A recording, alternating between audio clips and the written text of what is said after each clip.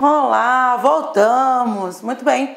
Parte 4, Lei 8080. Eu sou Luciana Medeiros.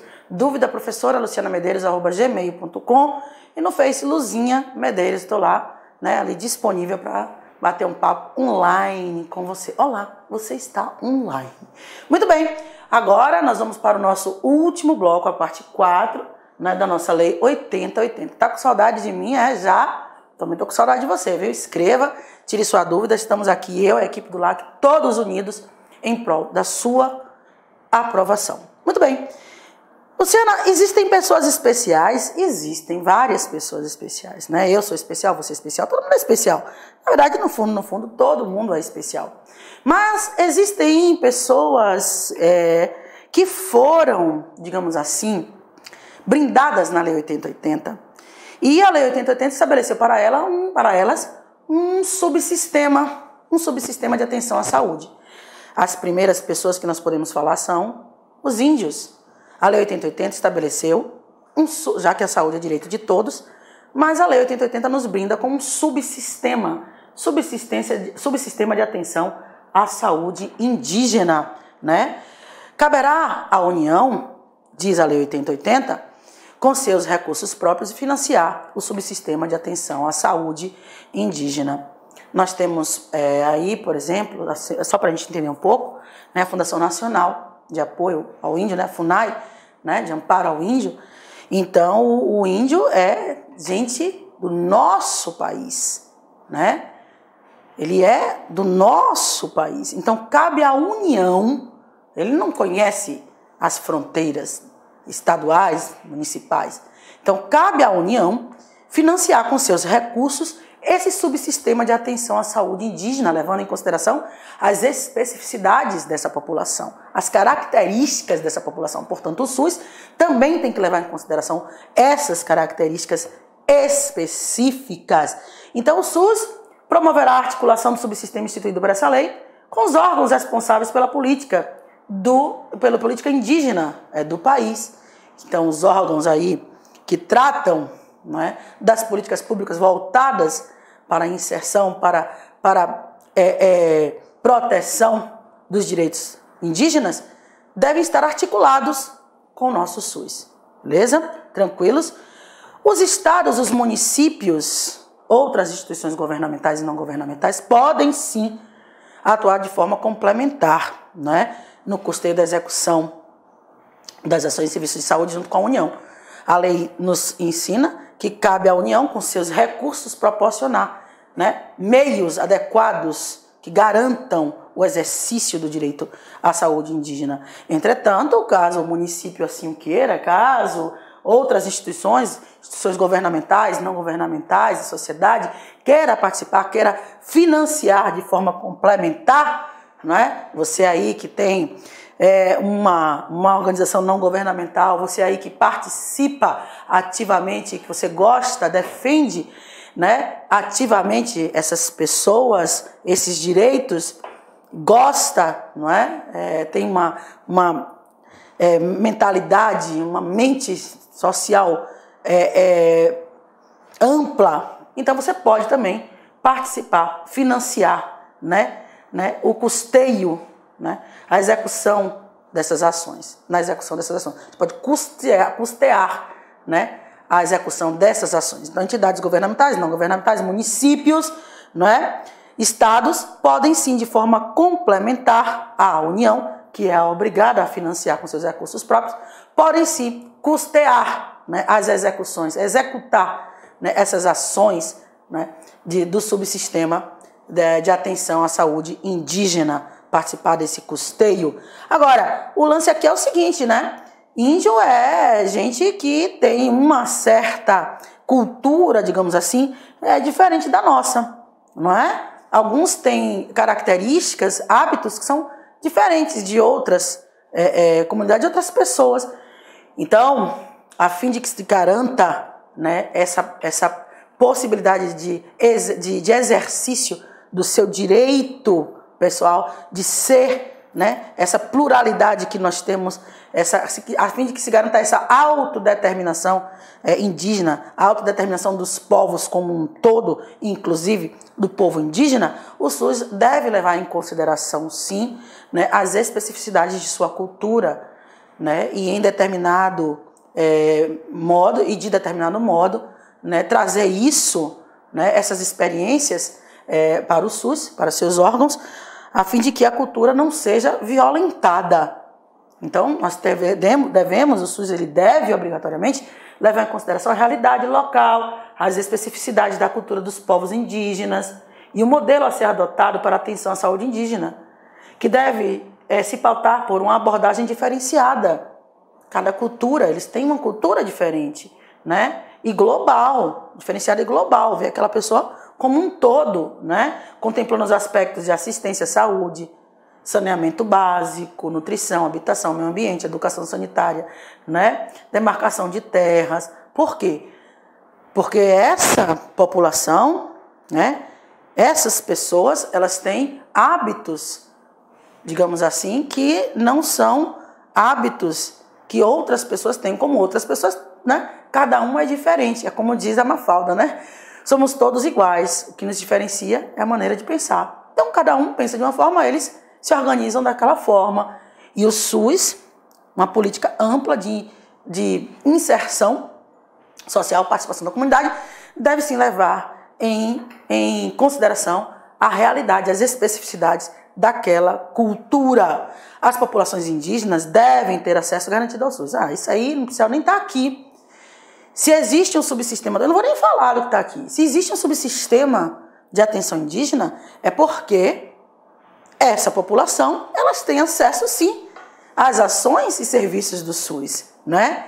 Em âmbito local, em âmbito regional, em centros, em hospitais, de acordo com as suas necessidades. As necessidades que eles têm, né? Compreendendo toda a complexidade do sistema. Primário, serviços primários, secundários e terciários. Tá certo? 80%, 15%, 5%.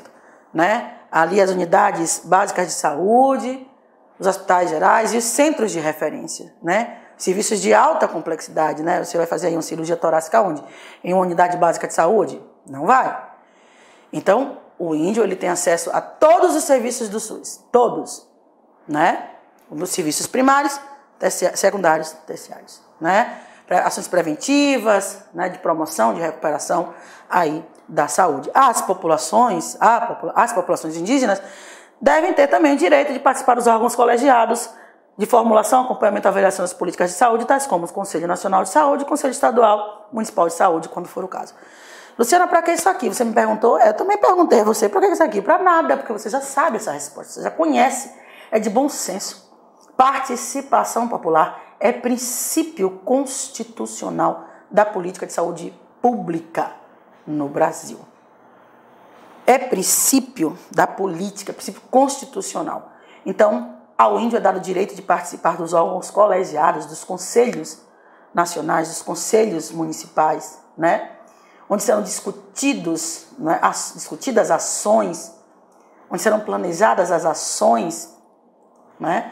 Onde serão discutidos orçamento, discutidos políticas, diretrizes que se efetivem aí o direito de cada um de nós, inclusive o direito à saúde da população indígena, tá certo? Então os órgãos colegiados, os conselhos, que são verdadeiros fóruns de debates, fóruns democráticos de debate, tá certo? Beleza?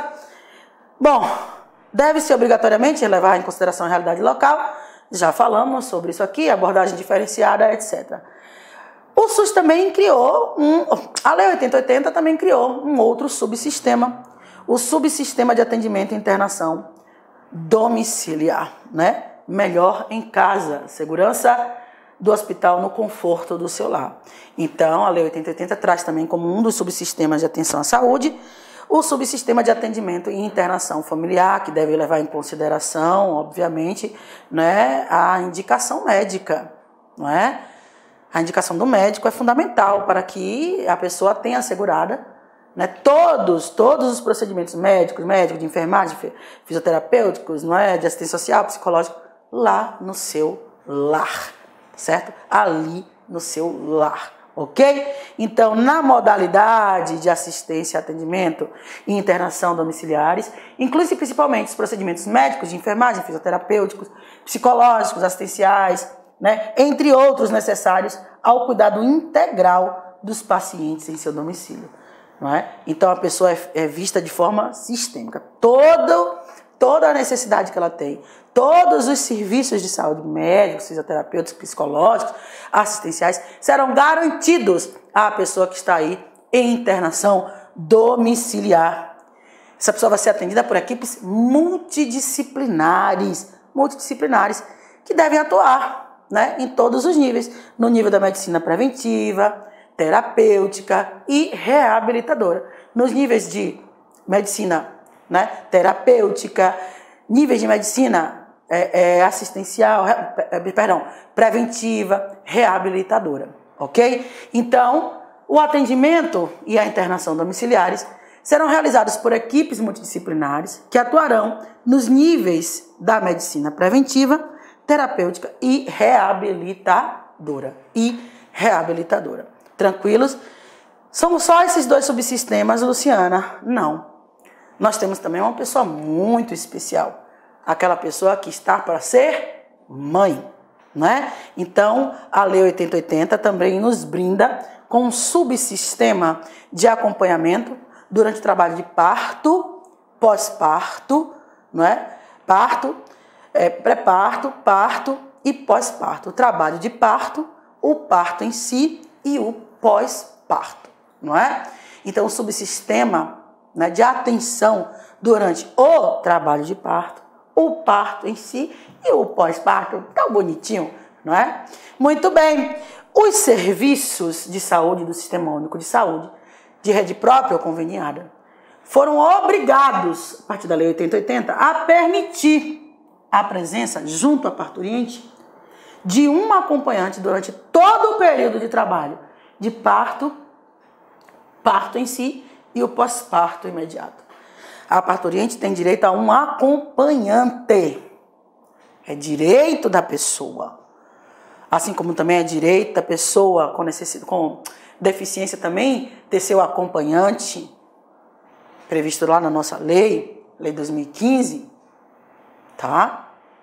Do ano passado, lei 2015, que foi aí que o nosso governo, nosso poder público nos brindou em nome da transformação, da ratificação do pacto, né, da ratificação da Convenção dos Direitos da Pessoa com Deficiência. Ratificou-se esse pacto, essa Convenção de Direitos Humanos, e agora, não é, nós fomos brindados, né, com a nossa lei e com as nossas resoluções, né? Tem resolução do CNJ, resolução 230 do CNJ aí, normatizando, né, a inserção das pessoas com deficiência, por exemplo, nos órgãos do Poder Judiciário. Enfim, então não é só a parturiente que tem direito a um acompanhante, outras pessoas também têm. Mas como nós estamos no âmbito da 8080, nós estamos falando da parturiente, que tem o direito aí garantido de ter um acompanhamento, né? Ter acompanhamento de alguém que ela indique, ela que tem que indicar, não é? No trabalho de parto, no próprio parto e no pós-parto imediato. É a parturiente quem indica a pessoa, não é? Que ela prefere que a acompanhe. Então, o SUS, né? Os hospitais, as maternidades aí, que atuam no Sistema Único de Saúde, elas devem garantir esse direito. Elas devem garantir esse direito. Admitir um acompanhante aí para a parturiente, tá certo? Além disso, a própria Lei 8080, inclusive, determina que isso seja amplamente divulgado, né? Que isso seja fixado em um local, para que as pessoas, esse direito seja fixado, né? Em um local, que a informação a esse direito seja fixada em um local que as pessoas tomem conhecimento, tá? Então, o acompanhante será indicado pela parturiente e ficam os hospitais de todo o país obrigados a manter em local visível de suas dependências o aviso informando acerca desse direito, tá certo? Tranquilos? Muito bem, subsistema do índio, subsistema de internação domiciliar, subsistema de atenção, né, do trabalho de parto, acompanhante aí do trabalho de parto, parto e pós-parto aí, imediato, né, durante o trabalho de parto, pós-parto, trabalho de parto e pós-parto. Luciana, é só isso? E como ficam os serviços privados de assistência à saúde? Como fica aí a participação do capital estrangeiro? Pode? Agora pode. Nós tivemos aí uma modificação em 2015, nós vamos aqui falar. E os serviços privados de assistência à saúde, Luciana? Olha só, caracterizam-se pela atuação por iniciativa própria de profissionais liberais legalmente habilitados e de pessoas jurídicas de direito privado na promoção, proteção e recuperação da saúde.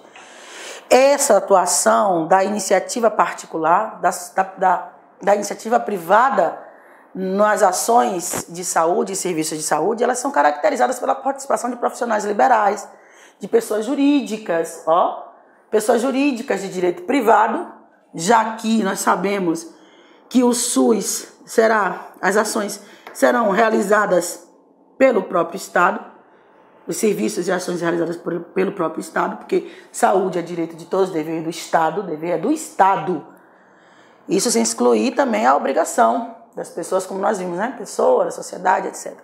Mas os serviços privados de saúde atuam de forma complementar e caracterizam-se pela atuação por iniciativa própria dos profissionais liberais, médicos, fisioterapeutas, enfim, né? Legalmente habilitados e das pessoas jurídicas de direito privado nos serviços de saúde.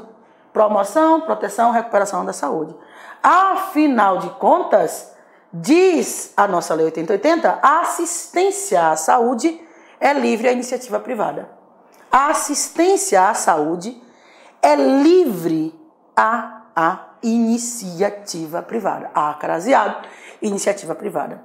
Então, a iniciativa privada atua de forma complementar através de seus profissionais liberais, das pessoas jurídicas de direito privado, né, que executem serviços próprios de saúde, promoção, proteção, prevenção, recuperação da saúde.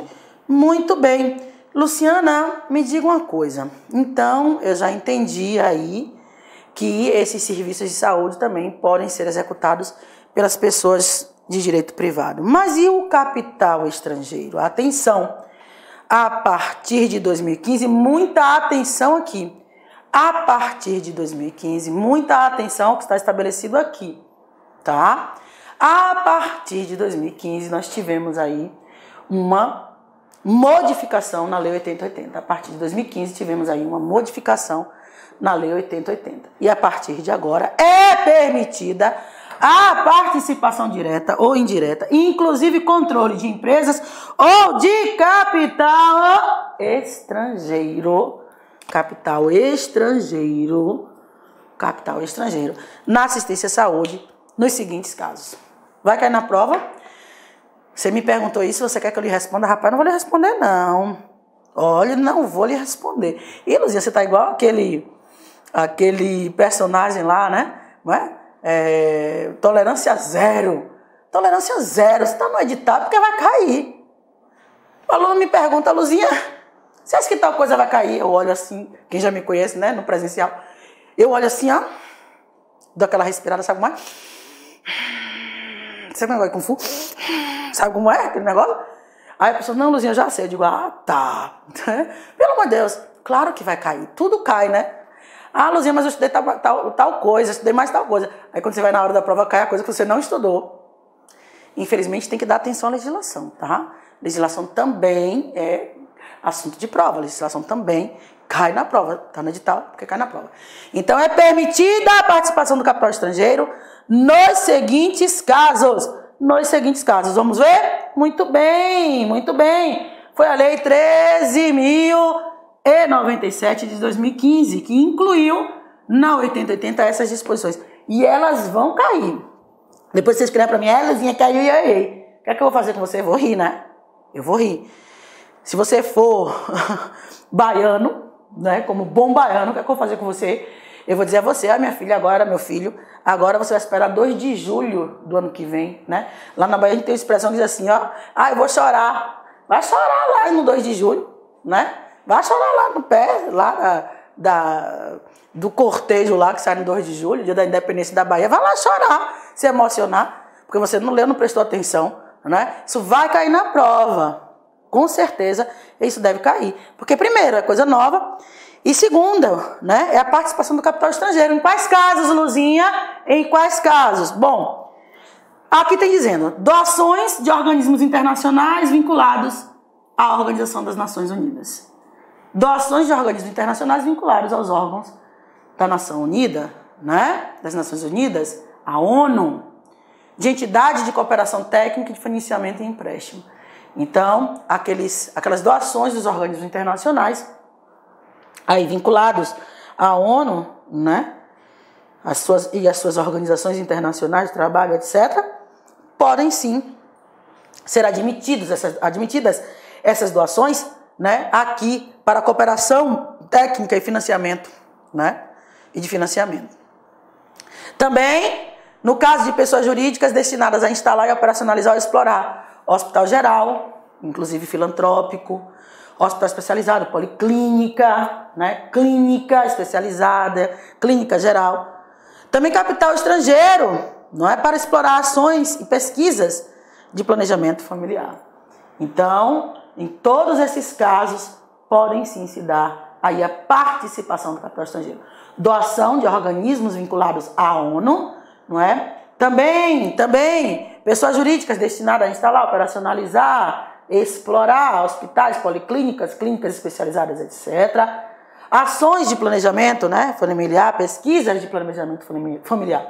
São só esses, Luzinha? São só esses? É claro que não. Óbvio que não. Existem outros? Existem sim. Vamos ver aqui. Serviços de saúde mantidos sem finalidade lucrativa por empresas para atendimento de seus empregados e dependentes, sem qualquer ônus para a Seguridade Social. Por que sem qualquer ônus para a Seguridade Social? Porque a Seguridade Social recebe a sua parte no orçamento e de forma proporcional reparte entre a saúde, a assistência e a previdência. Se eu não vou causar ônus para a Seguridade Social, então participação aqui do capital estrangeiro em serviços de saúde mantidos sem finalidade lucrativa por empresas para atendimento de seus empregados. Então você tem uma empresa, né, de capital estrangeiro que mantém um atendimento aí, né, para seus próprios empregados. E isso sem ônus nenhum para a Seguridade Social. Também nos demais casos previstos na lei. Nos demais casos previstos em lei. Muito bem. Como é que acontece, como é que ocorre, quando acontece essa participação complementar? Por que ela ocorre? Como acontece, né, essa participação complementar, né, da iniciativa privada nesses serviços, Luzinha? Quando ocorrem? Olha, quando a disponibilidade do SUS for insuficiente para garantir a cobertura assistencial à população de uma determinada área. Isso é o que a lei diz. Luzinha, mas você vai SUS em todo lugar. Eita, Luzinha, você falou rápido demais agora. Oxente, tu falou foi rápido, não foi? Olha o sotaque da voz. Tenha calma, Luzinha. Sabe quem é a Luzinha? Luzinha é a menina que me acompanha. Luzinha é a menina. Quando eu era criança. Aí ela fica aqui comigo. Aí de vez em quando ela me atrapalha. É mole. Por isso, vai sentar, Luzinha, vai sentar. Né? Isso é brincadeira, viu, pessoal? Mas eu tenho, todo mundo, quem não tem uma criança dentro de si? Né? Há um menino, há um moleque, brincando no meu coração, né? Já cantou aí o poeta, tá? Então vamos lá, devagar, Luzinha, devagar. Olha lá. Quando ocorrem essas participações aí? Bom, quando disponibilidades do SUS forem insuficientes para garantir a cobertura assistencial à população de uma determinada área. Luzinha, mas eu vejo SUS em todos os municípios, em todos os lugares, né? E vejo também a participação complementar, significa que são insuficientes. Bom, o que a lei determina é que a participação complementar ocorre quando as disponibilidades do SUS não forem suficientes, tá certo? E aí, como é que acontece? O que é que acontece? Neste caso, que o SUS não tem disponibilidade suficiente, neste caso, o SUS poderá recorrer aos serviços ofertados pela iniciativa privada. Então, você faz aí seu convênio, não é? E aí você participará, né, dessa rede de serviços aí, né, com o convênio junto com o SUS. E como é essa participação? Como essa participação aí é formalizada? Acabei de falar. Através de contrato ou de convênio. Ela será formalizada né, a participação complementar dos serviços privados será formalizada mediante contrato ou convênio, observadas a respeito às normas de direito público. Luciana, não entendi. Normas de direito público. É pegadinha de prova? É pegadinha de prova, sim. Eles vão colocar lá que a formalização aí da participação complementar se dará através de contrato ou convênio, obedecidas as normas do direito privado. Verdadeiro ou falso? Falso. As normas de direito público. Por quê? Porque o Sistema Único de Saúde, não é? Conjunto de ações e serviços destinados a assegurar o direito à saúde da nossa população, ela é prestada, não é? Né? Ela é obrigação, ela é dever do Estado, do poder público, portanto, normas de direito público. Mesmo fazendo um contrato lá no direito civil, se você estudou direito civil, contrato, em regra, é Instituto do Direito Privado, né? Ajuste de vontades. Então, quando nós temos uma das partes sendo um órgão, né, uma estrutura da administração pública, esse contrato é chamado contrato administrativo. E aí ele será regido pela Lei 8666, né, em regra, né, pela Lei 8666, que é a lei de licitação e contratos administrativos. Então, portanto, normas de direito administrativo, normas de direito público. Normas de direito público. Existe alguma preferência, Luzinha? Sim, existem, né? Entidades filantrópicas sem fins lucrativos são as que são aí, né, as preferidas, tem uma ordem de preferência. As entidades filantrópicas e as sem fins lucrativos terão preferência para participar do Sistema Único de Saúde. Saúde não é mercado. Saúde não é mercado. Bom, vamos lá? Muito bem. Como são estabelecidos os critérios e valores para a remuneração dos serviços e os parâmetros de cobertura assistencial? Serão estabelecidos pela direção nacional. Não é? Pela direção nacional do SUS, aprovados no Conselho Nacional de Saúde. Então, o Ministério da Saúde aí, ela estabelece esses valores, não é? Dessa cobertura complementar, assistencial, essa remuneração, já que você é uma entidade privada, você deve aí, nesse contrato deve ter aí quanto é que você deve receber, né, o valor que você vai receber por prestar aquele serviço que, em regra, é de obrigação do Estado. Então, você vai ver aqui, né, que será aprovado pelo Conselho Nacional de Saúde. Os serviços contratados submeter-se-ão às normas técnicas e administrativas e aos princípios e diretrizes do Sistema Único de Saúde que nós acabamos de estudar ao longo dessa aula, Luciana. Qual é a resposta? Sim, eu não vou nem responder o resto. Claro, se é uma forma complementar, não é? Não é uma forma independente, ela é complementar. Então, tudo que nós estudamos para o SUS, né, deve ser aplicado aqui também nessa prestação de serviço complementar. Os serviços contratados submeter-se-ão às normas técnicas e administrativas e aos princípios e diretrizes do Sistema Único de Saúde, mantido o equilíbrio econômico e financeiro do contrato. Equilíbrio econômico e financeiro do contrato é uma das cláusulas, né, digamos assim, do contrato administrativo.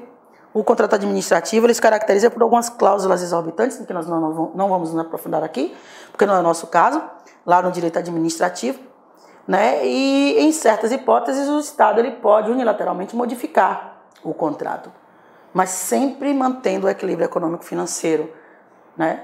Se você aumenta a quantidade daquilo que você pediu, proporcionalmente também você aumenta aquilo que você vai pagar, tá? Isso é equilíbrio econômico-financeiro. Modificou, também as cláusulas econômicas devem ser aí equilibradas, né? Os pagamentos devem ser proporcionais àquele aumento, àquele decréscimo, tá certo? Quem estudou já direito administrativo sabe o que eu estou falando, mas mantém o equilíbrio do contrato, tá?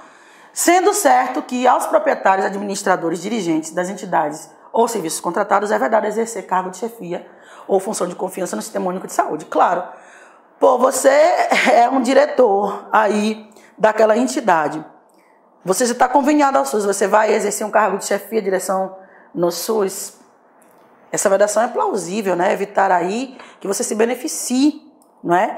De informações privilegiadas, a fim de que você, né, privilegie aí a sua instituição, tá? A sua instituição. Portanto, é proibido aí essas pessoas, né, que atuem como chefes, como função de confiança lá nos órgãos integrantes do SUS. Muito bem. E os recursos humanos, Luciana? Bom, com relação aos recursos humanos, vamos colocar aqui logo a nossa lâmina. Quem formaliza e executa a política de recursos humanos na área de saúde? Quem executa, não é, essa política, né, de recursos humanos, ela será aí executada pelas diferentes esferas de governo, municipal, estadual, né, federal. Cada um aqui, né, sabendo da sua própria realidade. A política de recursos humanos na área de saúde será formalizada e executada de forma articulada pelas diferentes esferas de governo. Então, os profissionais estaduais, os profissionais municipais, nós vamos articular isso e aí nós vamos gerenciar essa política, né, de recursos humanos relativas à área de saúde. Com que objetivo? Com que objetivo? Organizar um sistema de formação em recursos humanos em todos os níveis de ensino, inclusive pós-graduação, né?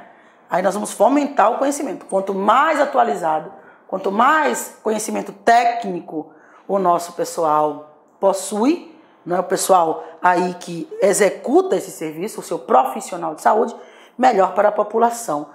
Temos que valorizar a dedicação exclusiva ao serviço, Sistema Único de Saúde, não é? Nós temos também cargos e funções de chefia, direção e assessoramento no âmbito do Sistema Único de Saúde. Só podem ser exercidos em um regime de tempo integral, chefia, né? Direção única, então tempo integral, sendo certo que aos servidores que legalmente acumulam 2 cargos públicos poderão exercer essas atividades em um ou mais estabelecimentos. Como assim, Luciana? Olha, a Constituição, quem já estudou direito constitucional sabe que é vedada. A regra é a vedação de acumulação de cargos públicos. Nós temos 3 exceções. 2 cargos de professor, 1 de professor com técnico científico e 2 cargos de saúde com profissões regulamentadas. Então você pode ser enfermeiro concursado, né, de 2 instituições públicas, mas também só pode 2. E nesse caso, você pode exercer sim, né, esse cargo aqui, ó, esse cargo aqui, né? Então os servidores que legalmente acumularem 2 cargos ou empregos públicos poderão exercer suas atividades em um ou mais estabelecimentos do Sistema Único de Saúde, sendo certo que aqui você tem que exercer em tempo integral. Função de chefia, direção e assessoramento, só em tempo integral. A acumulação, tá faltando aqui, né, o M, né? A acumulação, tá faltando o M aqui, ó, pessoal. A acumulação também se aplica aos servidores, né? Também se aplica, né? Cadê? Aqui. Também se aplica aos servidores em regime de tempo integral, com exceção dos ocupantes de cargo de função, chefia, direção ou assessoramento, porque nesses casos aqui você tem que ser aí o seu tempo integral. Mas você pode acumular também, não é? Quando você tem 2 cargos de saúde com profissões regulamentadas, a acumulação também se aplica aos servidores em regime de tempo integral, sendo certo, com exceção aos ocupantes de cargo, função, chefia, direção, assessoramento, tá? Beleza? Tranquilos que só podem ocupar 1, tá certo? Tranquilos até aqui. O SUS é financiado sim com o orçamento da Seguridade Social, nós já sabemos sobre isso. A Seguridade, amparada pelo tripé Saúde, Assistência e Previdência. Então o dinheiro da Seguridade Social vai ser repartido, não é? Então o orçamento da Seguridade Social destinará ao Sistema Único de Saúde, de acordo com a sua receita, os recursos necessários à realização das suas atividades, suas finalidades. Então o dinheiro da Seguridade, de forma proporcional, vai ser direcionado entre saúde, repartido saúde, assistência e previdência social. Olha aqui, previstos em propostas elaboradas pela sua direção nacional, com a participação dos órgãos da Previdência Social e da Assistência Social, tendo em vistas as metas, as prioridades estabelecidas na LDO, na Lei de Diretrizes Orçamentárias. Então, as ações do SUS são financiadas, não é? Através do orçamento, não é? Da União, o orçamento da União destinado à Seguridade Social. Então, o orçamento da Seguridade Social é quem apoia aí as ações do SUS. Existem outras fontes? Sim, existem outras fontes, né? Outras fontes são os serviços que eles prestam, que o SUS presta, sem prejuízo aí da assistência, ajuda e contribuições, donativos, você aí que tem 300 milhões de reais, quer doar aí 100 milhões para os órgãos do SUS, para o SUS, para o Sistema Único de Saúde, pode doar, não tem problema nenhum. As alienações, as vendas patrimoniais, alienações patrimoniais, taxas, multas que possam ser cobradas, arrecadadas aí no âmbito do Sistema Único de Saúde, no âmbito do Sistema Único de Saúde, rendas eventuais, etc. Muito bem. As atividades de pesquisa, atenção, As atividades de pesquisa e desenvolvimento científico e tecnológico em saúde serão cofinanciadas, não é? Pelo Sistema Único de Saúde. Desenvolvimento científico e tecnológico. Essas ações, elas devem ser financiadas pelo governo, pelas entidades.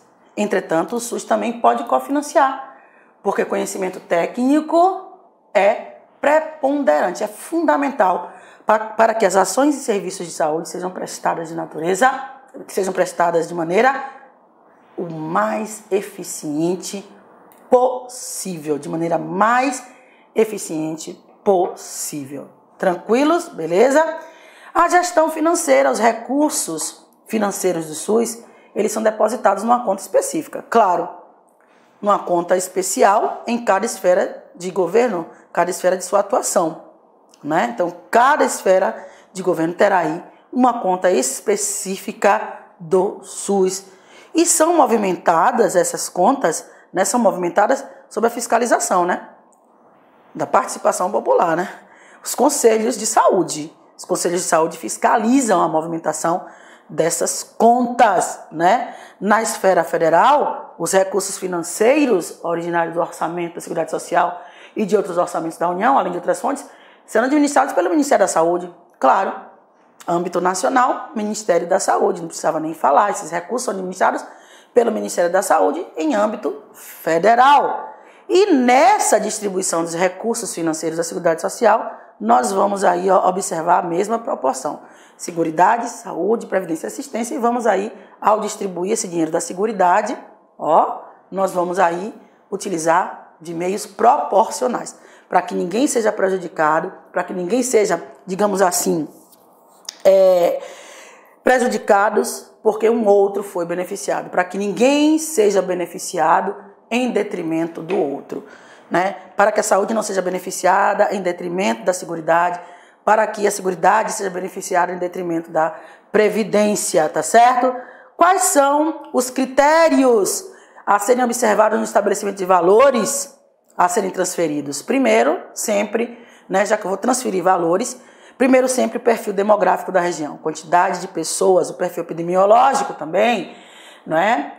O que é mais atingido, qual é a região, qual é o município que é mais atingido, não é? Qual é o estado que é mais atingido, as características quantitativas e qualitativas da rede de saúde naquela respectiva área, tá? A rede de atenção à saúde, o desempenho técnico, econômico, financeiro no período anterior, já que eu distribuí essa renda e eu preciso saber como é que isso foi gasto, né? Também temos, né, os níveis de participação do setor da saúde nos orçamentos estadual e municipal, quanto é que aquele estado pode disponibilizar para a saúde, porque se um pode mais, eu obviamente que vou dar uma atenção mais, digamos assim, especial àquele que não tem tanto para disponibilizar para a saúde. Previsão do plano quinquenal, a cada 5 anos nós temos um plano aí, né, no orçamento de investimentos na rede de saúde, e o ressarcimento do atendimento a serviços prestados para outras esferas de governo. Então, se o Estado presta para o município, isso tem que ser também repassado. Atenção, a fim de que nós possamos gabaritar. Nos casos de estados e municípios sujeitos a um notório processo de, né, migração, o município está morrendo, virando um município fantasma, uma cidade fantasma, não é? Esses critérios demográficos, que foram os primeiros que nós vimos, que são determinantes para que a gente possa direcionar os valores para cada esfera de governo, para que cada uma exerça aí suas ações de saúde. Se a gente não tem como mencionar esse perfil demográfico, cuidado, isso pode cair na prova. Nós vamos utilizar dados da Justiça Eleitoral. Então, nos casos de estados e municípios sujeitos a notório processo de imigração, os critérios demográficos mencionados nessa lei serão ponderados por outros indicadores de crescimento populacional, em especial o número de eleitores, não é, registrados perante a Justiça Eleitoral. Muito bem, pessoal, muito bem. Eu sou Luciana Medeiros, trouxe aqui uma abordagem didática, uma abordagem, digamos assim, direta e objetiva da nossa lei, com fim último a gabaritar a nossa prova, tá certo? O meu e-mail é professoralucianamedeiros@gmail.com, o meu e-mail professoralucianamedeiros@gmail.com, o meu Face Luzinha Medeiros. Você pode entrar em contato aqui com os canais de comunicação, nós estamos sempre à sua disposição, tá? Para dirimir quaisquer dúvidas, ok? Tenham todos um bom dia, uma boa tarde, uma boa noite, vocês fiquem com Deus, né? Tenham motivação, não esqueçam nunca, né, que o bom ânimo é aquela mola propulsora, a fim de que a gente possa efetivamente, né, realizar aquilo que a gente tanto deseja. Então contem comigo e até um próximo encontro, se Deus quiser. Um abraço.